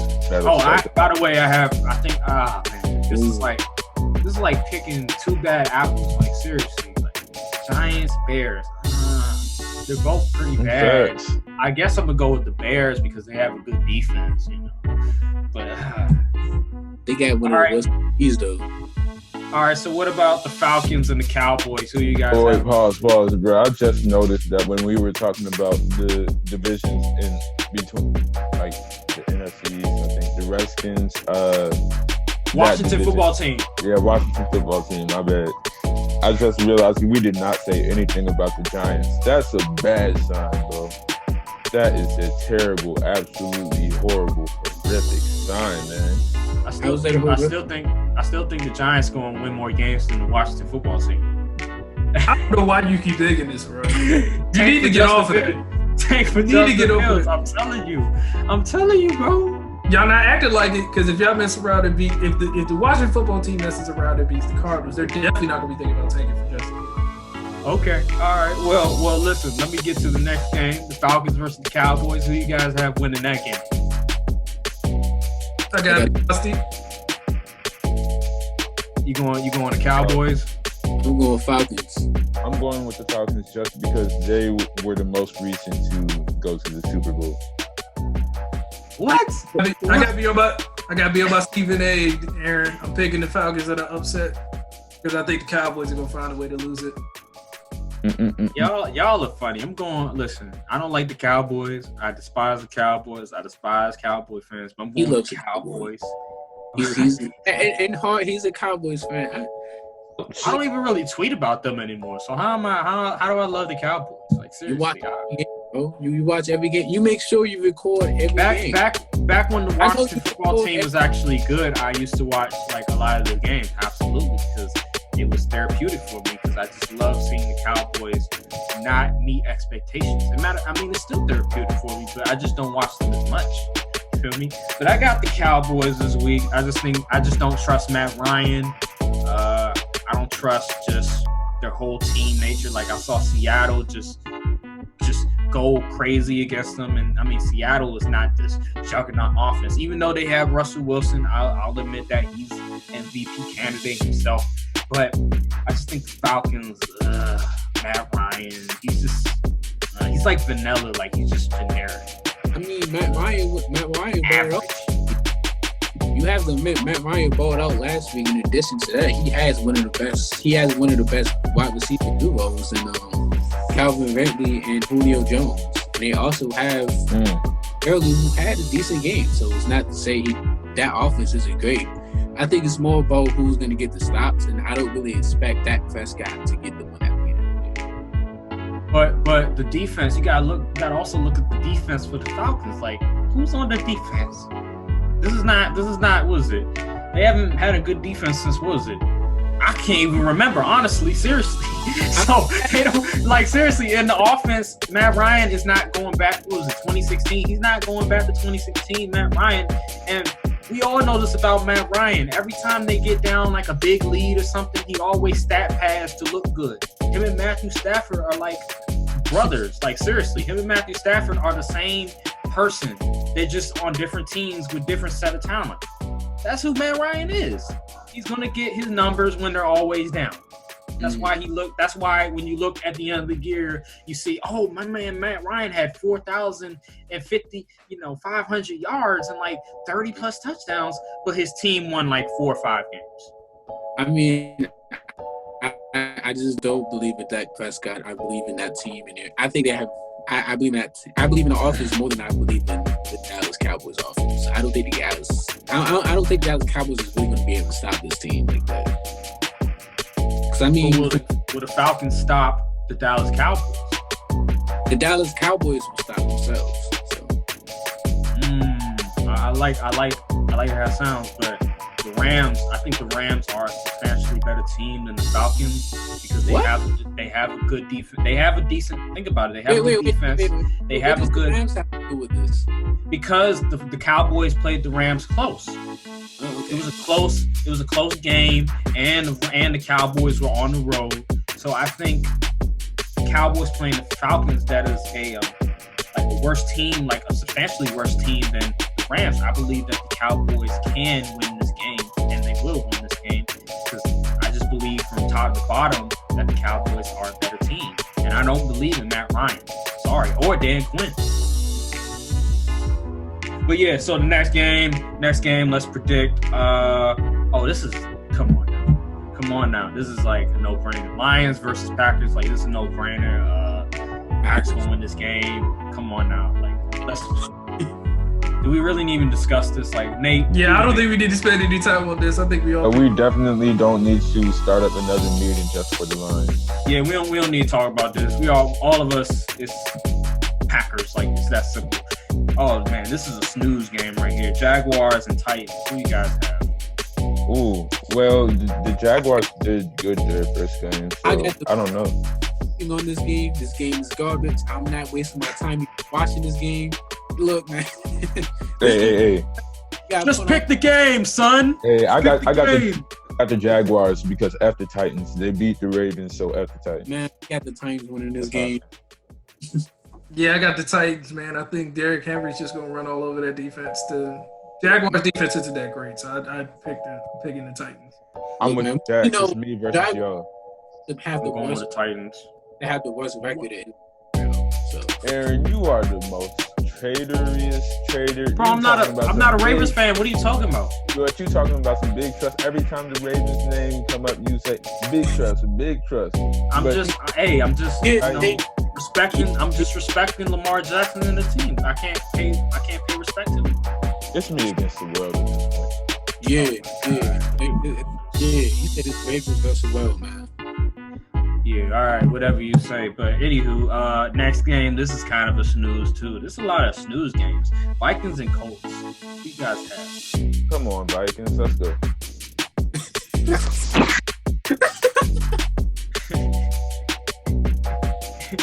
Oh yeah, we already know Aaron is going for the Colts just because. Nah, I'm going with the Vikings. I'm going with the Vikings. Oh, Colts are trash. Listen, I know. I be saying like. You think that I'm just like not objective all the time, that I just have this vendetta, have just all this anger, animosity towards all the Viking players. No, it's not that. It's just Kirk Cousins. And listen, regardless of how I feel about Kirk Cousins, the Vikings team is good enough to be a trash team with the Colts. So I'm going to pick the Vikings to win this game. I'm also going to pick the Vikings. I do think, unlike Aaron, I think this will actually be one of the more interesting games of the week, especially because you have a guy like Phillip Rivers in this game, and I think he'll probably throw a couple picks late. That's going to probably cost the Colts, so that's why I'm going to take the Vikings in this one. Oh, man, I have a bone to pick for Phillip Rivers. He lost me a lot of games in fantasy. Me and Phillip Rivers are not – I'm not cool with Phillip Rivers right now. He lost me a lot of games. Hey. All right, so – Wait. So you said the Colts are trash, but you got Phillip Rivers back in your fantasy team? No, I'm saying last year, being stupid, I drafted Phillip Rivers. And now – being stupid. But he lost me a lot of games. But next game is this is honestly we could really skip this one. Like Bills and Dolphins. Bills. Do I even need to say it? Bills. Who you got, Brian? Bills, man. I don't understand why you asked that question. We all have Bills. Now, if Tua was playing, I would still pick the Bills. Even if I pick the Bills too. I ain't gonna lie, I'll pick the Bills too. Goodness, the Dolphins haven't been good at all. But shout out to Brian Flores. Yeah. Hopefully he can win. I hope he can win like at least 7 games. You know, can't have these black coaches not having jobs and getting fired and stuff. I want them to keep their jobs because there's not enough black coaches in the league. So 49ers and Jets. Garage. These are terrible games this week. I know. Goodness gracious. This is bad. These are bad games. I think this is to compensate for there being no preseason. Oh man. Even with George Kittle out, I think we're all gonna take the 49ers in this one. Yeah, for real. Hey, this would be a good fantasy week for players that are on good teams. I know that for sure because like I say like a Tom Brady, a Goodwin, a Godwin, a Mike Evans. Oh man. Godwin's already been ruled out though. Oh, hey, Mike Evans, he gonna go crazy. And then you have 49ers. They don't 49ers. Let me just that's the fantasy team to play this one. Yup. Oh yeah. Wait, who did the Jets play? Oh, that's right. Bills. Let's play the 49ers. 49ers and the Jets. Right. Oh yeah, Bill. Oh yeah, I got the Bills defense this week. Oh yeah, we about to get money. Oh yeah. Okay, Rams versus Eagles. Who y'all have? Rams. I got the Rams, man. You saw how the Redskins went crazy. They had like 9. But they had like half the team injured. Like everybody, like people were handicapped. I mean, who's coming back this week? They do have I think Lane Johnson and Miles Sanders is supposed to be going back this week. So having that right tackle should help. I'm going to take the Eagles. I'm going to do it. I'm going to take the Eagles. I think Carson Wentz has a bounce back week. I don't think Jared Goff is going to be able to match what Carson does. I don't think they'll be able to run. I don't think the Rams will be able to run the ball as effectively as they did last week either. So I'm going to pick the Eagles this week. But I'm going to Eagles win or lose first game? Lost to the Washington football. They lost to the Washington football team. Even I had to watch. I saw the Washington football team close in the game. I said, I got to watch that. My city won one game, man. No cut. I was watching Red Zone the whole time. I can't watch. I can't deal with the commercials, bro. Commercials is too. Is it Red Zone? Yeah, of course. I mean, they show every game, but I have the Eagles this game. I just think they're gonna come back and have a bounce back game. They getting arguably the best offensive player besides Carson Wentz, which is Miles Sanders back, and they're getting, like you said, Lane Johnson. I don't know if they're getting any defensive. I don't know if there was any defensive players that were hurt or not, but I'm assuming. I don't know exactly. But I just know that they're getting people back. I think some of their D line was hurt last game. I don't know if they're coming back or not. So. Oh yeah, Brandon Graham. I don't know if he's gonna be. I don't know what his injury diagnosis was. I think isn't the Eagles at home? Yeah, they're at home. I'm gonna go with the Eagles. I don't think the Rams are a good road team. I mean, are there? I mean, does it matter if they're home or not? If they don't have fans. I mean, I get what you're saying, but at the same time, it's still at the end of the day, you know, getting used to being at, you know, that certain area, routine. Plus the time zone shift. Time zone shift, and because you're going from the West Coast all the way to the East Coast, and it's not like you're going to like the West Coast all the way to the East Coast. Like it's a big difference, huge difference. And I don't know how cold Philly is around this time. Maybe it's like 50 degrees. I have no clue. You know? But yeah, it's a lot of stuff going on. But I got the Eagles. Who you got, Nate? Hey, I got the Rams. Got the Rams. I do. Hey, give me a first vote, Nate. Yeah. You already know. Now this game might be interesting. Broncos and Steelers. Now, when I watched the Broncos on Monday Night Football, I ain't gonna lie, I fell asleep for like, you know, a cool 30 minutes because I watched the beginning and then 12 o'clock rolled around and it was halftime and I was like, you gotta be kidding me. How is it halftime at 12 o'clock in the morning? So, but at the end, when I watched the Broncos, they actually have a really interesting team, especially offensively. And then they're playing the Steelers. So Broncos versus Steelers. Who do you guys have winning that game? This is a difficult decision. Like Aaron said, I mean, I like the promise on the Broncos, especially Drew Lock. I think he has a bright future, but they haven't shown that they can win close games. We're gonna take the Steelers and their defense in this one. Hey, I got the Steelers. I haven't felt threatened by the Broncos since Peyton Manning left. So yeah, I'm going to Steelers in this one. I think I really like their defense. Plus, Von Miller got injured, so they don't really have. They're not gonna have as long as they would have at their full potential. So I got the Steelers. Oh yeah, Steelers absolutely. Yeah, it's a clean sweep. I have the Steelers. I have the Steelers also. The Broncos are a young team, even though they are talented offensively, but they are going to be going on the road to Pittsburgh. So yeah, no question about it. But I think it's still going to be an interesting game. Man, this is going to be a clean sweep too. Panthers and Buccaneers. Like, do we even really need to discuss this seriously? I got the Bucs winning, man. Yeah, Bucks. Go Bucks. Everybody's gonna be on Tom Brady's dick after this game. Yeah, I'm gonna take. Hey, oh man, you know how the media is, man. They're real finicky, man. They change every week. Yeah, I'm gonna take Tampa. I think they bounce back offensively. I probably would take Carolina in the upset, but their defense is not going to be able to. I don't think their defense is going to be able to handle Tampa this week. So I don't really trust their offense personally because I mean, you have some good pieces. I mean, if your running back is your best player and you have a decent quarterback and what's his name? Teddy Bridgewater is a pretty good quarterback. I don't know for certain because I haven't seen him play for a season. I mean, he had a great stint with the Saints. I'm not gonna lie. When he looked nice. Don't get me wrong. It's just you know what I'm saying. He hasn't started a full season, so it is really difficult for me to really gauge on if he's like really good or not. Because we've seen how Jimmy G did. Yeah, but I mean, Teddy Bridgewater did play like a season and a half with Minnesota before his knee got like tore up.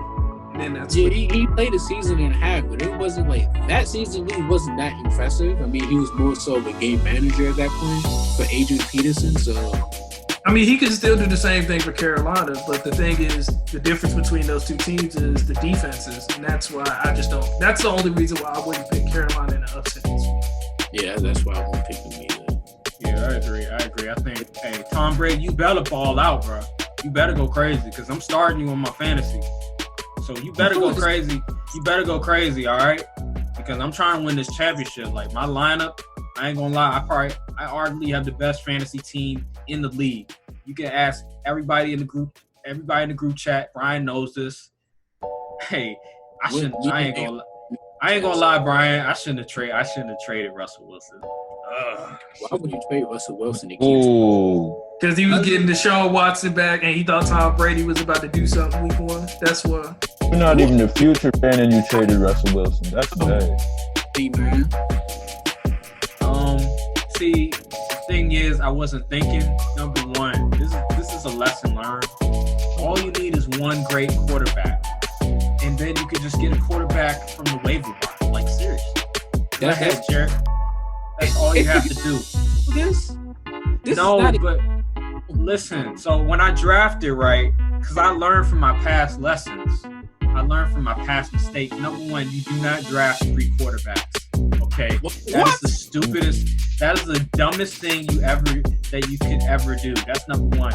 Number two, when you draft a quarterback, wait until the 5th or 6th round to even think about drafting a quarterback. I mean, the Ravens turned out pretty good, so. I drafted Russell Wilson, and for some reason, Kyler Murray was projected higher from him. So I was like, all right. Well, Aaron beat the guy that had Lamar Jackson last week. So. Exactly, by 1 point, by the way. This man drafted 3 quarterbacks. No, this was last year, by the way. This was last year. I learned my lesson, and I'm not going to – I was like, this year I'm not going to make that dumb mistake again. So, my draft was pretty solid. Like, I had Russell Wilson, Tyreek Hill, Dalvin Cook, Aaron Jones, Zach Ertz, Melvin Gordon, the Chiefs kicker who's pretty good, Bills defense, good bench. Like, my team is stacked, bro. And then all of a sudden, this dude that I'm not going to name, I'm going to keep him anonymous, who last year we had a little controversy that I forgot about. Me and him, we were trading one another. I was going to give him Antonio Brown, CTE Antonio Brown, who was, I believe he was on the Patriots at the time. And then also I was going to give him, I forgot who else, another player, and he was going to give me Travis Kelce and Le'Veon Bell and stuff, even though Le'Veon Bell was trash. But, yeah, and then all of a sudden we vetoed the trade, and I was pissed. I was so pissed. And then this year I forgot about it, and he came on and texted me saying, oh, hey, you want to trade me Russell Wilson? I'm like, no, hell no, I wouldn't trade you Russell Wilson. He was like, Russell Wilson for Deshaun Watson, Tom Brady. I'm like, that sounds very interesting. Finesse. So I traded Deshaun. But hey, I ain't tripping though, because quarterbacks are not as valuable as, say, like running back, wide receivers, and stuff like that. So, and then Tom Brady and Deshaun Watson, last week they had like 20 points from each quarterback. So I ain't tripping about that. Oh yeah, you had 3 quarterbacks who were probably still a Washington fan back then. Nah. Actually, I quit on Washington last year. All right, so speaking of Washington, the next game that we're going to be talking about is the Washington football team versus the Arizona Cardinals. Now, who do you guys have a win in this game? Cardinals. I think Kyler Murray and Kenyon Drake have a nice game. So. As good as the Cardinals are offensively, you have the. I'm looking at the defense. I'm looking from the defensive side, and the Eagles really have a great defense. I'm not going to say that. I mean, they're very uncomfortable. All right, Washington. DC has a good defense. And I saw how they dominated versus the Eagles, though they didn't have a good.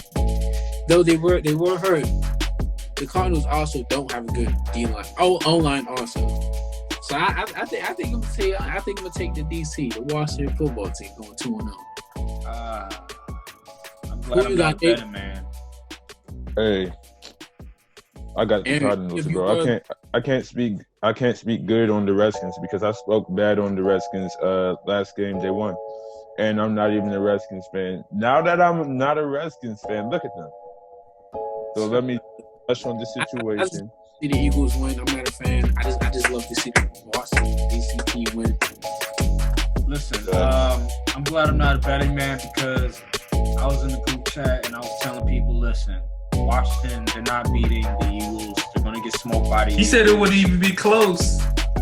I said, and they were up 17-0 in the first half, and then all of a sudden, the Eagles want to lay an egg in the second half, and Deshaun Watson want to look like, I I don't even know because I didn't really watch the game. But anywho, they came all the way back, and Chase Young was doing Chase Young things, so I wasn't surprised about that.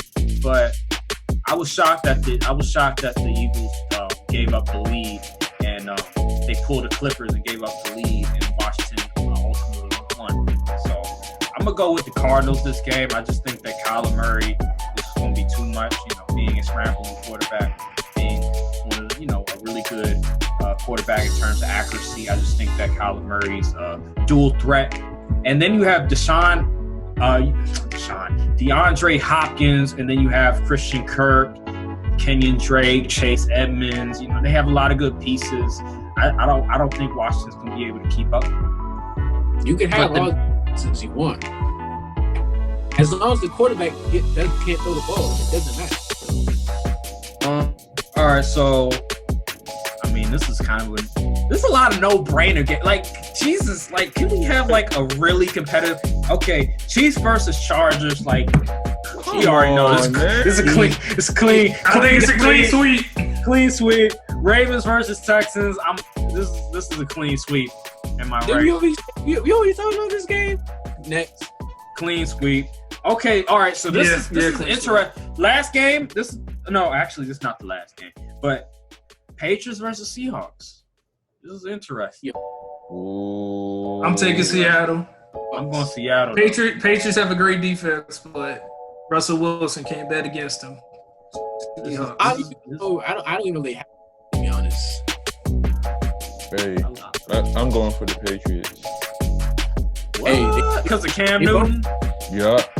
But Russell Wilson black too. But Cam Newton darker. Black. Okay. Just say dark skin. He's not dark skin. He's just darker. Like how? Russell Wilson is darker than him now. What? You bugging? Russell Wilson is a little bit darker, I think. No, my man Cam Newton is dark skinned to the bone. Russell Wilson is your complexion. Cam Newton's where I'm at. Cam Newton is not where you're at. Oh, you bugging. I'm not bugging. Russell Wilson might be where you're at, but Cam Newton is not where you're at. That's a fact. Come on, and even Cam Newton, and even Russell Wilson is lighter than you. That man is like borderline pink. So he like Aaron? No, he's in between Aaron and you for sure. Yeah. That for real. He look Hawaiian almost. Like he looked like he Hawaiian or something. I literally told you he's every ethnicity, low key. He's low key every ethnicity. He's Indian, he's Hawaiian, he's every ethnicity. So what's the Puerto next? Rican. Oh, in the last game, this is kind of a snooze. Saints and Raiders. Saints, man. This gotta be. That's not gonna be a snooze fest. That's gonna be a shootout. But we all gonna pick the Saints here. Shootout. Derek Carr. It's gonna be a shootout, bro. Yeah. Derek Carr. Just like Carolina and Las Vegas, bro. It's gonna be a shootout. Man, we got two great cornerbacks that is Jenkins and what's his name? Forgot Bo's name. Who stopped Josh Jacobs, bro? Great cornerbacks. That is big cap. Come on now. Hey, shut up. You agree, big cap. Quiet. Shut up. Okay. That is big cap. Hey, come on now. What's the other Bo's name? What's his name? He's our cornerback. Marshawn Lattimore. Marshawn Lattimore. Who y'all got as better than Marshawn Lattimore in the corner, son? Who cares? Went to the conference. Went to the conference championship. Like, who cares? Y'all had all those players and still lost to Kirk Cousins. Like, come on now. Man, Bo, you saw how goes all the way back to Kirk Cousins. Like, always. I can't stress this enough how much we get old in the playoffs. like you have to admit we get hold in the like if there was a award for most hold shit that happen, we will win it. That's a fact. Can y'all at least get hold by like a good quarter, like a team with a good quarterback and not these trash quarterbacks? Like, seriously. Ouch. Jared Goff and Case Keenum and Kirk Cousins, like all these guys are just they're just average. You know what? I hear a lot of shit talking for somebody whose team we know is not even gonna like. I feel like it's a lot of shit talk for somebody whose team we will beat. Like we will blow y'all out. No kids. Whoa. We will blow y'all out. You better hope Drew Brees' arm is going to be intact by the end of the season, because his arm is done. It is dead. Oh, it was dead.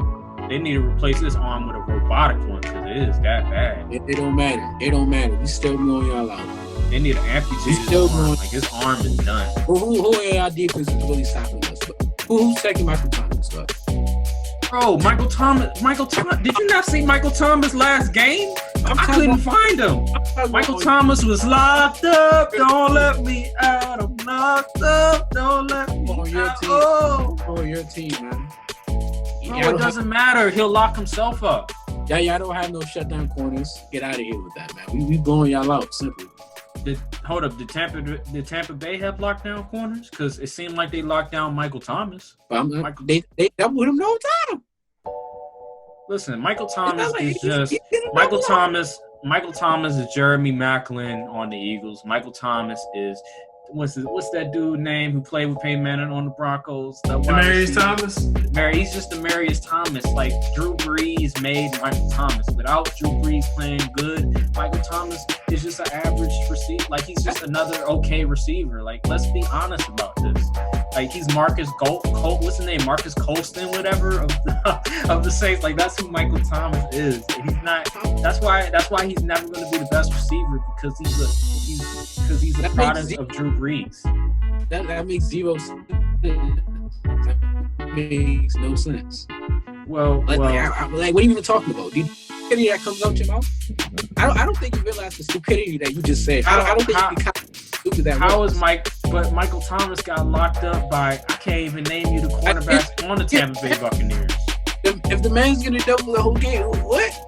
The man is gonna double. What? At least Tyreek Hill caught a touchdown. He was getting double teamed the whole game. I was trying to find Tyreek Hill. I was like, yo, like, I have my fantasy team. NFL, what are you talking about? Okay, all right, but guess what? He utilizes his strengths. Question: Who is checking? He moving definition. Stephen A. Smith versus Max Kellerman. You said who is checking him, but all we got to do is double team him. He's going to get locked up, so it doesn't matter who's checking him. It doesn't matter who's checking him. Emmanuel Sanders on the other side. We still got Emmanuel Sanders. Can't double team slants, Aaron. Okay, hey, I agree with that. I'm just saying he was locked up the whole game. I couldn't find him. My man was. Where was he? I didn't even know he was playing. Like, seriously. But yeah, that's the last game. Any final thoughts from you guys? It could be about, the games, it could be about basketball, it could be about whatever it is. Any final thoughts? Final thought, Chris Middleton is trash. Final thought, Aaron is out here jinxing the Lakers, man. It's gonna be a sad sight. You out here jinxing the Lakers, man. Final thought, I'm just glad that I was able to be on the show today. I'm happy that we got all the sports going on this weekend, man. We're happy to have you, bro. Listen, I might invite you back on. Like, when the Lakers win the championship, I gotta have you back on, because I want you to see my reaction, because it's gonna be 10 times better than what this was. This is just like a little teaser, like a little taste of what's becoming, because all I'm really doing is just wearing some silly crown shades, whatever. Like, I'm gonna be more creative with it the next time. Hey, bro. When the Lakers win, we got to get everybody on here. We got to have another messy episode of people talking over each other. That's gonna be 2 people. And first off, next time, if they do, I'm putting on a timer for 10 minutes. End of discussion. I was trying to real hot seat. I was trying so hard, like, on Twitter, like, I was trying to get. I thought, because Kendrick Perkins, right? So I was trying to troll Kendrick Perkins, because he said that Bam Adebayo is the third best center in the NBA. So I quoted his tweet, and I'm like, dude, like, this man, Kendrick Perkins, be spewing nonsense, whatever, saying that Bam Adebayo is better than Karl Anthony Towns and Joel Embiid. So I thought I was gonna get his attention. It's all good, you know. It wasn't the right moment. I thought, hey, maybe I might get his attention. Maybe we can invite him on the show, whatever, so I can troll. I don't like Kendrick Perkins on First Take. He's very annoying. I ain't gonna hold you. He's one of the worst basketball commentators I ever heard in my life. What? So in a sense, you're basically telling me that you're clout chasing. Absolutely. Absolutely. Are you kidding me? Absolutely. He's a clout chaser. Absolutely. That's what you got to do. When you coming up, you got to clout chase. He wrote the book. Let's be real about so many views on that Raptors video. Let's be real about this. We got to clout chase when we trying to come up. Why you think I'm wearing these shades? This man on here chasing. Hey, but it's all good. You know, it's all good. I appreciate y'all for coming out. Until next time, this is the lunch table and we out. Signing out.